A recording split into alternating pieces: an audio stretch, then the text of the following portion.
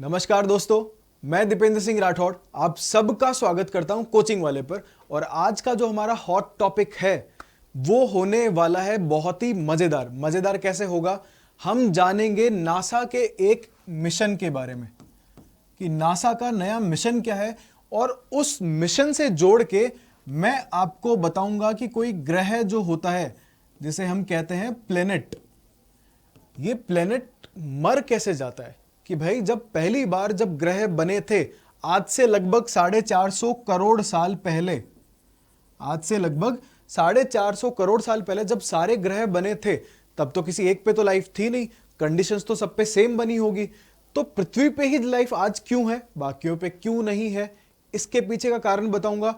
या हम जो कहते हैं कि भाई मंगल पे लाइफ रही होगी या शुक्र पे भी लाइफ रही होगी, तो वो ट्रेसेस जो हैं हमें आज क्यों नहीं मिल पा रहा है वहां पे, कि ऐसा क्या हुआ कि वो शुक्र जो है अगर वहां लाइफ रही भी होगी तो वहां से वो वीरान ग्रह बन गए, पूरे के पूरे मृत ग्रह बन गए। पृथ्वी जो है वो जीता जागता है लेकिन ये मृत हो गए, मर गए। कैसे हुआ ये सब, ये हम आज की वीडियो में देखने वाले हैं। मैं आपको पूरा बहुत अच्छे से आसान भाषा में समझाने की कोशिश करूंगा, ठीक है। तो आज का जो हमारा टॉपिक है वो होने वाला है नासा के एक मिशन पे। मिशन का नाम है दा विंची मिशन, ठीक है। दा विंची मिशन जो है इसका नाम है, और ये मिशन नासा लॉन्च करेगा 2029 में। अभी तक कहा जा रहा था कि नासा इसको लॉन्च करने वाला है लेकिन डेट्स फाइनल नहीं हो रही थी। तो अब नासा ने बोल दिया भैया हम 2029 में अपना मिशन लॉन्च करेंगे, और हम जो भेजेंगे स्पेसक्राफ्ट, वो स्पेसक्राफ्ट 2031 में कहां पहुंचेगा, वीनस की सतह पे पहुंचेगा। वीनस मतलब शुक्र ग्रह की सतह पे पहुंचेगा। तो दा विंची मिशन जो है वो किससे रिलेटेड हो गया भाई, शुक्र ग्रह से रिलेटेड हो गया, ठीक है। अब ये जो मिशन है क्यों जाने वाला है, क्या करेगा, ये सब अभी ये सारा जो है ये हम अब आगे देखने वाले हैं। उससे पहले ये जो मिशन है DAVINCI, इसका एक फुल फॉर्म भी है, वो आप देख लो, डीप एटमॉस्फेयर वीनस। ये देखो किसके बारे में, वीनस की बात कर रहा है, मतलब शुक्र ग्रह की बात कर रहा है। Venus investigation of noble gases, chemistry and imaging, ठीक है जी, ये इसका पूरा नाम हो जाएगा। अब हम चलते हैं आज के टॉपिक पे और इसको प्रॉपर स्टार्ट करते हैं, ठीक है। चलो भाई, तो कब जाएगा मिशन और क्या खोजेगा, अब इसके बारे में तो एक आपको मोटा मोटा आइडिया हो ही चुका है कि भैया मिशन कब जाने वाला है, 2029 में जाएगा, 2029 में जाने वाला है। और कब पहुंचेगा, 2031 में ये शुक्र की सतह तक पहुंच जाएगा, ठीक है। शुक्र ग्रह जो है हमारा वीनस जिसको कहते हैं, वीनस की सतह तक ये पहुंच जाएगा, ठीक है। हाँ, अब ये मिशन वहां जाके करेगा क्या, मिशन बहुत कुछ खोजने वाला है। ये जो आप इमेजेस देख रहे हो, आज जो शुक्र है वो कुछ इस तरीके से दिखाई देता है ना, पानी के कुछ ट्रेसेस, कुछ हद तक कहा जा रहा है कि भैया हमें वहां पे कुछ ट्रेसेस मिले हैं गैसेस के, खास करके कार्बन के। और कार्बन तभी मिल सकता है जब वहां पे भूतकाल में, पास्ट में कोई ना कोई बायोलॉजिकल रिएक्शंस या बायोलॉजिकल प्रोसेस हुई हो, वो उसी से बनेगा, ठीक है। कार्बन जो है वो अगर यहां मिला है तो कुछ ना कुछ नेचुरल प्रोसेस रही होगी। तो लाइफ का पता लगाने एक तो ये जाएंगे कि भाई क्या यहां पे लाइफ रही थी पहले, और आज ये ऐसा क्यों हो गया, इसके कुछ कारण होते हैं अलग अलग। तो वो सारे कारणों को जानने की ये लोग कोशिश करेंगे। तो मेन है लाइफ को जानना और यहां के वातावरण को जानना। जैसे ही स्पेसक्राफ्ट जब यहां लॉन्च करेगा, तो आप देखते हो कि स्पेसक्राफ्ट जब यहां उतरता है तो यहां के वायुमंडल में आते ही क्या होता है कि एक पैराशूट टाइप जो है वो स्पेसक्राफ्ट से खुल जाता है, और वो धीरे धीरे धीरे धीरे नीचे आता है। पहले यहां आएगा, फिर यहां आएगा, फिर यहां से ये नीचे की तरफ बढ़ेगा, फिर और नीचे की तरफ बढ़ेगा, और हर एक दूरी के ऊपर ये क्या करता जाता है, जैसे जैसे सतह के पास आएगा ये डेटा कलेक्शन करता जाता है, ठीक है। बहुत सारे डेटा ले लेगा, और डेटा कहां भेजेगा, डेटा भेजेगा हमारी पृथ्वी पे, और हम उसको एनालाइज करेंगे कि भैया पूरा एनालिसिस करने के बाद कि यहां क्या हुआ होगा, ठीक है। तो दा विंची मिशन जो है उसका एक बड़ा रीजन शुक्र ग्रह पे जाने का जो है वो यही है कि वहां लाइफ को समझना कि क्या रहा था या नहीं है, ट्रेसेस जो कुछ भी है ये आगे पता लगेगा। और वहां के वातावरण, वहां की जलवायु को देखना कि वहां ज्यादा CO2 क्यों मिलती है। अगर आप शुक्र को देखोगे या शुक्र के बारे में थोड़ी बहुत स्टडी करोगे तो आपको पता लगेगा कि वहां CO2 बहुत ज्यादा है, प्लस H2SO4 भी बहुत ज्यादा है। तो अगर वहां और बड़े बड़े बादल मिलते हैं इनके H2SO4 के और CO2 के, तो अगर बारिश भी होती है तो एसिड रेन होती है। ये H2SO4 है ना, ये एसिड रेन करवाता है यहाँ पे, तो रहने के लायक नहीं है बिल्कुल भी प्लेनेट। अब ये सब चीजें क्यों हुई है ये हम थोड़ा डिटेल में जानने की कोशिश करेंगे, ठीक है। अब देखो कि शुक्र के साथ हुआ क्या। खत्म होने से पहले हमें यह पता होना चाहिए कि कोई भी जो ग्रह है वो आया कहां से। खत्म होने से पहले ये देखो कि शुरुआत कहां से हुई। तो आप और हम जानते हैं कि लगभग आज से 460 करोड़ साल पहले, आज से लगभग 460 करोड़ साल पहले अगर आप ब्रह्मांड में देखोगे तो आपको बड़े बड़े हाइड्रोजन के सिर्फ बादल दिखाई देते थे, जिनका कोई शेप नहीं था, कोई आकार नहीं था, हाइड्रोजन के बादल थे। इन बादलों से ही कभी हम पूरी प्रोसेस की भी बात करेंगे कि कैसे यहां से तारे बने, प्लेनेट बने। वो पूरा एक तारे की लाइफ का पूरा एक सेपरेट वीडियो बन सकता है उसके ऊपर, ये काफी बड़ा हो जाएगा। ये जो हाइड्रोजन के बादल थे, इन्हीं बादलों से टूट टूट के ये जो बादल जो है, जहां जहां डेंसिटी बहुत ज्यादा हो गई, जहां घनत्व बहुत ज्यादा हो गया, वहां वहां पे आपको प्लेनेट्स दिखाई देंगे। प्लेनेट्स बने, ठीक है, एस्टेरॉइड्स बने, छोटे मोटे टुकड़े बने, मिटियोर बने, ये सब यहीं से बने। ये बादल रिस्पॉन्सिबल है, यहीं से तारे बने। अब आप देखोगे तो आपको जो ये चमकते हुए दिख रहे हैं ये सब तारे हैं। सब किससे बने? हाइड्रोजन के बादल से। शुरुआत में पूरा ब्रह्मांड जो है वो सिर्फ एक हाइड्रोजन का बादल था और कुछ नहीं, सिर्फ एक हाइड्रोजन का बादल। और ये हाइड्रोजन के जो एटम थे इसके अंदर, ये एटम जब पास पास आए तो इसने गोल गोल घूमना शुरू किया और उसके चक्कर में बीच में यहां पे कुछ सॉलिड आकृतियां बनी और इस तरह का स्टार बनेगा। बीच में स्टार बनता है, ये कभी हम डिटेल में बात करेंगे। जब इस बादल ने गोल गोल घूमना शुरू किया सेल्फ ग्रेविटी के कारण, तो यहां तो बना तारा और साइड में बने प्लैनेट्स। इसके बारे में 4-5 थियरीज है, तो कभी हम सेपरेट लेक्चर में इसके बारे में बात करेंगे। तो प्लैनेट्स बने लगभग आज से 460 करोड़ साल पहले। जब बने तो तपते हुए आग के गोले थे और कुछ नहीं था, क्योंकि बने भी किससे? हाइड्रोजन के बादलों से, और ये इसका खुद का टेम्परेचर बहुत ज्यादा था। तो जब बने थे तो आग के गोले के सिवा और कुछ भी नहीं था। ये सारे के सारे आग के गोले थे। धीरे धीरे ठंडे होते गए और सॉलिडिफिकेशन इनका होता गया। ये सॉलिड हो गए, सारे के सारे ठोस हो गए। जब ठोस हुए तो धीरे धीरे धीरे धीरे गैसेस ऊपर उठी, वातावरण बना, बहुत सारी चीजें। और कुछ ग्रहों पे लाइफ भी आई, हो सकता है कुछ पे आज तक ना रही हो। तो आप सबको पता है कि भाई 8 ग्रह हैं। अगर मैं इसको सूर्य मानूं, अगर हम इसको सूर्य माने तो सूर्य के आगे 8 ग्रह हैं। 8 में से जो शुरू के 4 हैं उनको हम आंतरिक ग्रह कहते हैं, और कहते हैं कि भैया ये जो हैं ये वाले ठोस हैं। मतलब ये इतने ठंडे हो गए कि तपते लावा के जो गोले थे उनसे ये ठोस बन चुके हैं।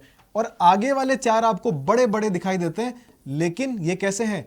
ये गैसियस हैं, ये गैस से बने हुए हैं, ठीक है।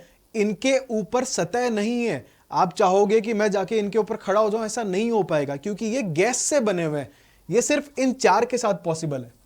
जो शुरुआती 4 हैं, बुध है, शुक्र है, पृथ्वी है और मंगल है, सिर्फ ये हमारे ठोस गोले हैं, बाकी सारे गैस से बने हैं। तो चलो ठीक है भाई, अब जो हमारी पृथ्वी है, पृथ्वी पे तो मैं लाइफ की बात करता हूं, बाकियों पे लाइफ क्यों नहीं हुई? या फिर इसको ऐसे समझा जाए कि पृथ्वी पे लाइफ कहां से आई, ठीक है, या पृथ्वी पे लाइफ क्यों है और वहां क्यों नहीं है। आप क्वेश्चन को कैसे भी घुमाओ, आंसर एक ही निकलने वाला है। वो मैं आपके सामने अब डिस्कस करता हूं, ठीक है। देखो, जब भी कोई ग्रह बनता है, हम हमारी पृथ्वी की ही बात करते हैं, तो आपको पता होगा कि पृथ्वी जो है उसको हम 3 भागों में बांटते हैं। आई होप आप सबको पता होगा। ये अंदर वाले भाग को हम कहते हैं कोर, बाहर वाले को इसको कहते हैं मेंटल, और सबसे बाहर वाले को हम बोल देते हैं क्रस्ट। क्रस्ट, मेंटल और कोर, यही तो बोलते हैं हम इनको, ठीक है। अब देखिए आगे, अब हमारी पृथ्वी जो है, ये मान लो पृथ्वी का सबसे ऊपर वाला भाग मतलब ये हो गया हमारा क्रस्ट।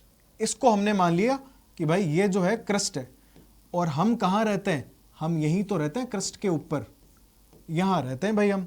इसको आप मान लो ये क्रस्ट है आपका। इस क्रस्ट के नीचे आपको क्या मिलेगा, मेंटल मिलने वाला है। ये लो भैया, ये हो गया मेंटल वाला हिस्सा, ठीक है, इसको मान लिया मेंटल। अब जब आप इसको मेंटल मान लोगे तो अंदर क्या बचेगा, ये बचा कोर। कोर को दो भागों में बांटते हैं, एक होता है इनर कोर, एक होता है आउटर कोर, आंतरिक और बाह्य। तो जो इनर कोर है ना, इसका टेम्परेचर भैया बहुत ज्यादा रहता है, एकदम तपता हुआ गोला है ये इनर टेम्परेचर वाला, सॉरी जो इनर कोर है वो। और ये जो बाहर का हिस्सा जो बच रहा है ये वाला, इस बाहर के हिस्से में भी यहां से गर्मी क्या करेगी आपकी, ट्रांसफर होती है। कहां से कहां की तरफ, यहां ये तप रहा है, देखो यहां पे टेम्परेचर बहुत ज्यादा है, तो यहां से गर्मी जो है वो जाएगी सतह की तरफ, ठीक है। और हमारी पृथ्वी का जो है एक बैलेंस बना के रखती है टेम्परेचर का। अब यहां से गर्मी से सिर्फ कुछ नहीं हो रहा है, ये जो आप आउटर कोर देख रहे हो ना, बाहर का जो कोर है, ये कोर हमारे आंतरिक कोर के चारों तरफ घूमता है, घूम रहा है लगातार लगातार लगातार लगातार, ठीक है।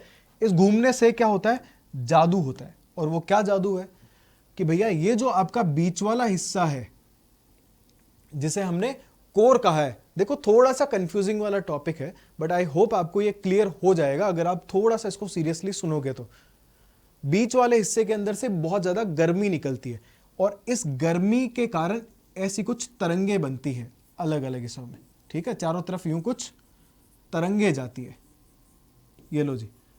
और बाहर का हिस्सा घूम रहा है, इसके घूमने के कारण बनता है जियो डायनेमो। जियो डायनेमो बनता है, मतलब जिससे हम लाइट बनाते हैं ना, मोटर घूमती है और चुंबकत्व बनता है, जिसको मैग्नेटिक फील्ड बोलते हैं हम लोग, चुंबकत्व बनता है ना, वो सब सारा प्रोसेस वही वाला है। तो ये जो जियो डायनेमो है, ये जियो डायनेमो के कारण क्या होगा कि हमारी पृथ्वी से कुछ मैग्नेटिक फील्ड जनरेट होता है, चुंबकीय तरंगे उत्पन्न होती है। कैसी होती है वो, ऐसी दिखाई देगी आपको। ये पृथ्वी के बीच में केंद्र है, यहां से देखो ये चुंबकीय तरंगे निकलती है ऐसे, नॉर्थ से साउथ, नॉर्थ से साउथ, ऐसे ये चुंबकीय तरंगे ऐसे ऐसे चुंबकीय तरंगे निकलती है, और ये बनाती है शील्ड, पृथ्वी के चारों तरफ एक कवच बना लेती है, एक तरह का कवच, ठीक है। अब ये कवच क्या करता है भैया, इसको मान लो तुम वकांडा, वकांडा मूवी देखी आपने एवेंजर्स वाली, उसमें वकांडा वालों ने नहीं किया था, अपने चारों तरफ एक शील्ड बना ली थी, तो बाहर से कोई भी आता उस शील्ड से टकरा के खत्म हो जाता, आर पार भी दिखता था आपको, लेकिन शील्ड थी एक जिससे टकरा के सब खत्म। ये एक तरह से शील्ड है वकांडा वाली, आप ऐसा मान लो। ये जो मैग्नेटिक फील्ड बना है जियो डायनेमो के कारण, पृथ्वी के आउटर कोर के घूमने के कारण जो मैग्नेटिक फील्ड बना है, ये फील्ड क्या करता है, एक तरह का कवच बना लेता है पृथ्वी के चारों तरफ। तो अब जो सौर तूफान आते हैं, यहां से क्या उठते हैं, सौर तूफान आते हैं भैया। ये सौर तूफान कहां की तरफ बढ़ते हैं, हर ग्रह की तरफ बढ़ते हैं, तो पृथ्वी की तरफ भी आते हैं। कई करोड़ों किलोमीटर तक ये सौर तूफान बढ़ते हैं। तो यहां से सौर तूफान जो है आगे बढ़ेंगे पृथ्वी की तरफ, और ये जो मैग्नेटिक फील्ड है, ये जो कवच है, ये बहुत जादू करता है, और ये क्या करता है, इन तूफानों को ऐसे मोड़ देता है भैया कि इधर से निकल जाओ, ऐसे निकल जाओ आप। अब होता कैसे है ये पूरा जो जादू आप देख रहे हो ये कैसे हो रहा है, इसके पीछे एक ही कारण है होने का, कि आपका जो इनर कोर है ना, जो सबसे अंदर वाला हिस्सा है, वो गर्म है। जिस दिन वो ठंडा हो जाएगा तो उसमें से तरंगे नहीं निकलेगी, तरंगे नहीं निकलेगी, बाहर वाला हिस्सा घूमेगा नहीं, जियो डायनेमो नहीं बनेगा, जियो डायनेमो नहीं होगा तो मैग्नेटिक फील्ड नहीं होगा। अब ठंडा होने के बहुत सारे कारण हो सकते हैं, या दूसरे किसी कारणों से भी ये सब हो सकता है। अगर मैग्नेटिक फील्ड नहीं होगा, हालांकि कोर को ठंडा होने में करोड़ों साल लगते हैं, एक कोई ऐसा प्रोसेस नहीं है एक दिन दो दिन में ठंडा हो जाएगा, इसको ठंडा होने में हो सकता है 5 करोड़ 10 करोड़ 20 करोड़ साल लग जाएं। तो धीरे धीरे आपका जो मैग्नेटिक फील्ड है ये भी क्या होने लगेगा, कमजोर होने लगेगा। तो कमजोर होगा तो सौर तूफान चीरते हुए अंदर की तरफ आएंगे। और जिस दिन ये मैग्नेटिक फील्ड पूरी तरीके से हट जाएगा, उस दिन क्या होगा, उस दिन आपके बाहर का जो एटमॉस्फेयर है उन सब को ये सौर तूफान उड़ा के अपने साथ ले जाएगा आगे। समझ में आ रही है ना बात आपको मैं क्या बोल रहा हूं? जिस दिन ये सपोज पृथ्वी का मैग्नेटिक फील्ड जो है, ये है पृथ्वी का मैग्नेटिक फील्ड, और इनर कोर अगर ठंडा पड़ गया, इनर कोर ठंडा पड़ गया तो ये मैग्नेटिक फील्ड जो है ये कमजोर हो जाएगा। और इसके कमजोर होने के कारण क्या होगा, जो सौर तूफान आ रहे हैं, जो सौर ज्वालाएं आ रही है, वो सीधा आपके एटमॉस्फेयर में एंटर करेगी और आपके पूरे के पूरे वातावरण को ही उड़ा के ले जाएगी। ऐसा ही कुछ हुआ था मंगल ग्रह के साथ। मंगल पे भी ऐसा ही हुआ था। उनका जो इनर कोर है ना ठंडा पड़ गया। जब ठंडा पड़ गया तो ये जो मैग्नेटिक फील्ड होता है, जो चुंबकीय क्षेत्र जनरेट होता है, वो मैग्नेटिक फील्ड ही खत्म हो गया। जब खत्म हो गया तो पूरा का पूरा एटमॉस्फेयर बाहर चला गया। लगभग 95 से 95 से लेके 99% तक आपका एटमॉस्फेयर जो है वो सौर ज्वालाएं जो है वो सौर तूफान अपने साथ उड़ा के ले जाते हैं। सेम होगा शुक्र के साथ। हालांकि पता चलेगा कि इसके पीछे कारण क्या है। अब जब सौर ज्वालाएं उनको उड़ा के ले जाती है तो टेम्परेचर भी बहुत ज्यादा हो जाता है, क्योंकि बाहर जो एक कवच बन रहा था वो तो खत्म हो गया। ग्रीन हाउस इफेक्ट जो बन रहा था, जिसके कारण टेम्परेचर और सब कुछ मेंटेन था, सब खत्म हो गया, पूरा सिस्टम बिगड़ गया। तो आज आप देखते हो कि शुक्र के ऊपर टेम्परेचर लगभग 480 डिग्री तक पहुंच जाता है, 480 डिग्री सेंटीग्रेड तक टेम्परेचर पहुंच जाता है। अब तो लाइफ पॉसिबल ही नहीं है। इतने ज्यादा भयानक टेम्परेचर में जितना हम इंसानों ने खोजा है, रहना बहुत नहीं रह सकते। आप और हम तो बिल्कुल नहीं रह सकते। हाँ, हो सकता है कि कुछ ऐसे सेल्स हो या कुछ ऐसी कोई ना कोई स्पीसीज हो जो रह पाए, लेकिन उनके बारे में अभी तक कुछ ऐसा आइडिया है नहीं कि इतने भारी टेम्परेचर में रह पाए कोई। तो कोई भी ग्रह होगा तो अगर उसका इनर कोर ठंडा पड़ गया तो जो बाहर निकलने वाली तरंगे हैं, कुछ इस तरीके से तरंगे निकलती है गोल गोल गोल गोल, ये सारी तरंगे क्या हो जाएगी, कमजोर पड़ जाएगी। और कमजोर पड़ने से आपका मैग्नेटिक फील्ड जो है, चुंबकीय क्षेत्र जो है वो खत्म हो जाएगा और सौर ज्वालाएं इसको उड़ा के अपने साथ ले जाती है। ये एक बेसिक थ्योरी है कि कैसे कोई प्लेनेट जो है वो मर जाता है, मतलब उस प्लेनेट की खुद की गर्मी खत्म हो गई। और आपको तो पता है बहुत अच्छे से, जब गर्मी खत्म हो जाती है और इंसान ठंडा पड़ जाता है, कोई भी बॉडी हो जब ठंडी पड़ गई तो लोग उसको बाहर ले जाते हैं कि चलो जल्दी ठंडा पड़ गया है शरीर, शमशान पहुंचा दो। सेम इनके साथ हुआ। इन शुक्र का भी, मंगल का भी, इनकी भी बॉडी ठंडी पड़ गई और शायद यहां लाइफ रही होगी। तो इसमें इसका बहुत बड़ा रोल है कि लाइफ कैसे खत्म हो गई। ये एक थ्योरी है जो दी जाती है कि किसी भी ग्रह की लाइफ कैसे खत्म हुई होगी। हालांकि दूसरे कारण भी हो सकते हैं, उन्हीं के बारे में पता लगाने के लिए दा विंची जो मिशन है वो 2029 में जाएगा, 31 में वहां पहुंचेगा। अभी इसकी बहुत ज्यादा डिटेल्स नहीं आई है क्योंकि मिशन गया ही नहीं है। जब जाएगा तो बताएगा कि भैया ये ढूंढा है, ये किया, पहुंच पाया कि नहीं पहुंच पाया, वह सतह पे उतर भी पाएगा कि नहीं पाएगा, अभी कुछ नहीं पता है। बस अभी ये है कि मिशन जा रहा है। तो हमने सोचा कि क्यों ना मिशन के बहाने आपको ये बता दिया जाए कि एक प्लेनेट जो है वो मरता कैसे। तो आई होप आपको ये समझ में आया होगा। फिर भी कोई कंफ्यूजन रहता है तो आप मुझे बताइए, तो हम कोशिश करेंगे कि इसको और आसान अगर आपके लिए किया जा सकता है तो हम बिल्कुल करेंगे। ठीक है, तो ऐसे कुछ करंट के मुद्दे में डे टू डे आपके लिए लेके आया करूंगा। जल्दी मिलेंगे अगली क्लास में हम लोग। तब तक के लिए अपना ध्यान रखिए। धन्यवाद। जय हिंद।